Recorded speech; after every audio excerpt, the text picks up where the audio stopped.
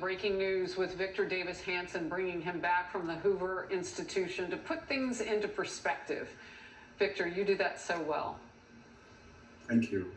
Well, I think the American people are angry, of course. I mean, this is the week, Harris, we had June 6th D-Day, 79 years ago. Over 4,000 Americans died or were wounded on Omaha Beach. And they were not wounded for this type of stuff or died for this stuff. They died for equality under the law, and we're losing it. I think they're also terrified. They don't know what the FBI or the CIA or the DOJ will not do. They feel they're capable of anything. They've had Andrew McCabe lie under oath. They've had James Comey feign amnesia 245 times under oath. They've had James Clapper lie under oath. They've had John Brennan with the CIA lie under oath. They've had Christopher Wray almost risk going to jail to stonewall an investigation. They had Robert Mueller feigning he didn't know anything about the Steele dossier. So I guess they're just exasperated. They think, what will these people in the IRS, the DOJ, the CIA, what are they not capable of? And they're scared. I don't think you can have a constitutional system when the people are scared of the government. And that's what I'm really worried about, because I think all of us, if you testify for Congress, as one journalist did, he goes home and the IRS has a note on his door. Yeah. And this is not America. This is not America. And these people have weaponized, and they're destroying piece by piece, bit by bit, something that they didn't own. This came from our founders 232 years ago, and it wasn't theirs to destroy. And they've hijacked this, and they're trying to destroy this country, and I think the citizens are terrified. And I never thought I'd live to see that. You know, it's interesting. As you were talking, I thought about something else that had happened, and that was the assassination attempt on a U.S. justice of the U.S. Supreme Court. And with Brett Kavanaugh, we saw a DOJ that was just uninterested. I guess that's the right word, uninterested. Yeah, and they swarmed the justice's home. That was probably a felony to affect an impending opinion. They swarmed the house of Clarence Thomas. The DOJ did nothing. They almost rooted it on. I never thought I'd see mobs going out in front of a Supreme Court justice's private home and screaming and yelling to intimidate them so that would alter their judicial opinion.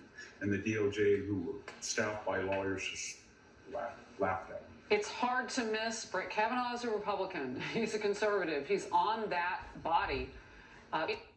Scales of justice, blind scales of justice, but people who are on the other side of the aisle don't have blinders on. They see that he's different than what they would prefer on the left side of the aisle. Victor, thank you very much for being with me.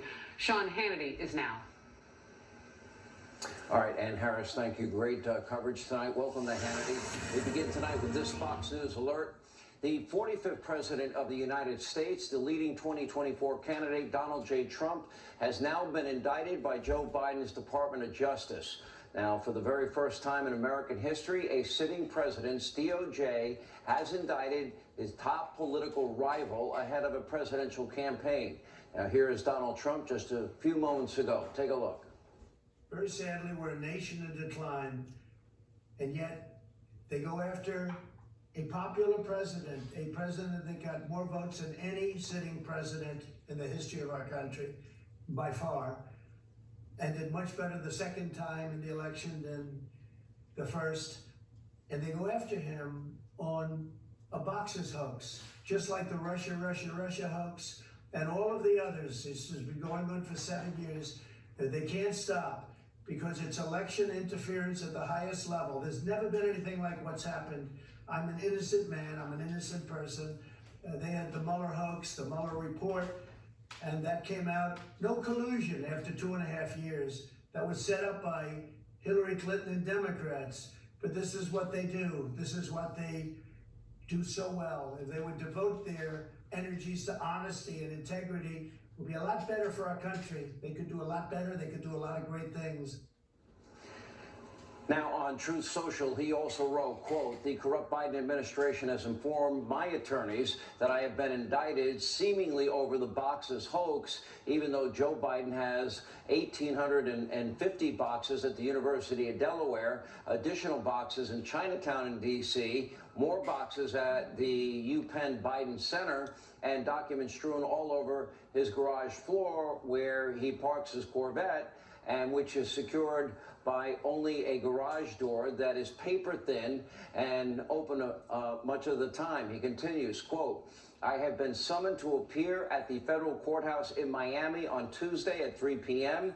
I never thought it possible that such a thing could happen to a former president of the United States who received far more many votes than any sitting president in the history of our country and is currently leading by far all candidates, both Democrat and Republican, in the polls of the 2024 presidential election. I am an innocent man. This is indeed a dark day for the United States of America. We are a country in serious and rapid decline, but together we'll make America great again. Now, President Trump has been indicted on 7 counts, that much we know, all related to his handling of those classified documents and, quote, what we call process crimes, obstruction of justice. Meanwhile, absolutely no charges against Joe Biden, even top secret classified documents from as far back as his time as senator. That turned up in multiple locations, utilized by Joe, including an unsecured office building in D.C. and Biden's very own garage. Apparently, mishandling top secret documents is okay if you're a Biden or a Clinton or, I guess, a Democrat for that matter. Hillary mishandled America's secrets on an unsecured private server that we were told was likely hacked by foreign countries, and then she attempted to cover her tracks by deleting 33,000 emails, wiping hard drives on computers off with something called bleach bit, kind of acid washing the hard drives, and then, of course, destroying phones and Blackberries with hammers and removing SIM cards. But according to Jim Comey, no reasonable prosecutor would bring charges against Hillary Clinton. Now, of course, it is a very different story when it comes to Trump. He is now facing multiple charges because of a few documents from his own presidency stored in a secure room at Mar-a-Lago with a padlock on the door. By the way, I'll say about this room, a room that the FBI previously had access to, unfettered access, and as a matter of fact, had the opportunity to remove items if they wanted to. The only thing they requested was to put a second lock on the door, a padlock. That was complied with by the Trump people down in Mar-a-Lago. Meanwhile, Joe Biden can store similar documents in a box in a wide open garage. Nobody seems to care. And let's not forget about the 2016 allegations of bribery against Joe Biden from the, quote, trusted confidential human source that even the Obama-Biden administration ended up paying on occasion. According to FoxNews.com, this source detailed conversations with a Burisma executive to the FBI. This executive reportedly referred to Hunter as dumb, but, quote, had to pay the Bidens because Ukrainian prosecutor Viktor Shokin was investigating Burisma, and it would be difficult. How difficult it would be to enter the U.S. market in the midst of that investigation.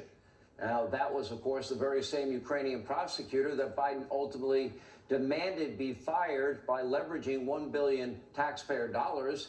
The source claimed that a $5 million payment was directed to Joe Biden and another $5 million payment to Hunter Biden. But as FoxNews.com reports, these payments, they weren't direct payments. Instead, they were made, quote, through so many different bank accounts that investigators would not be able to unravel this for at least 10 years. Now, again, these are allegations made by a confidential human source. That's the 1023 form we've been talking about, who has worked with the FBI for years, trusted by the FBI. The FBI paid this individual $200,000 for some of his intel. And yet, as far as we know, the DOJ is not pursuing a case against Joe Biden, Hunter Biden, the big guy, or anybody.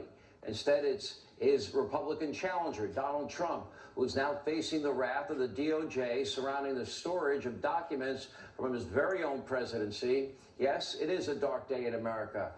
We've said it often. There's no equal justice. There's no equal application of our laws. There's one set of rules for Democrats, another set of rules for Donald Trump and conservatives, and anybody, especially in his orbit. Our system of justice has now been weaponized beyond belief, and this country is in serious trouble. We're going to have breaking coverage of this indictment all throughout the hour and developments as they happen. But let's begin with Harvard Law professor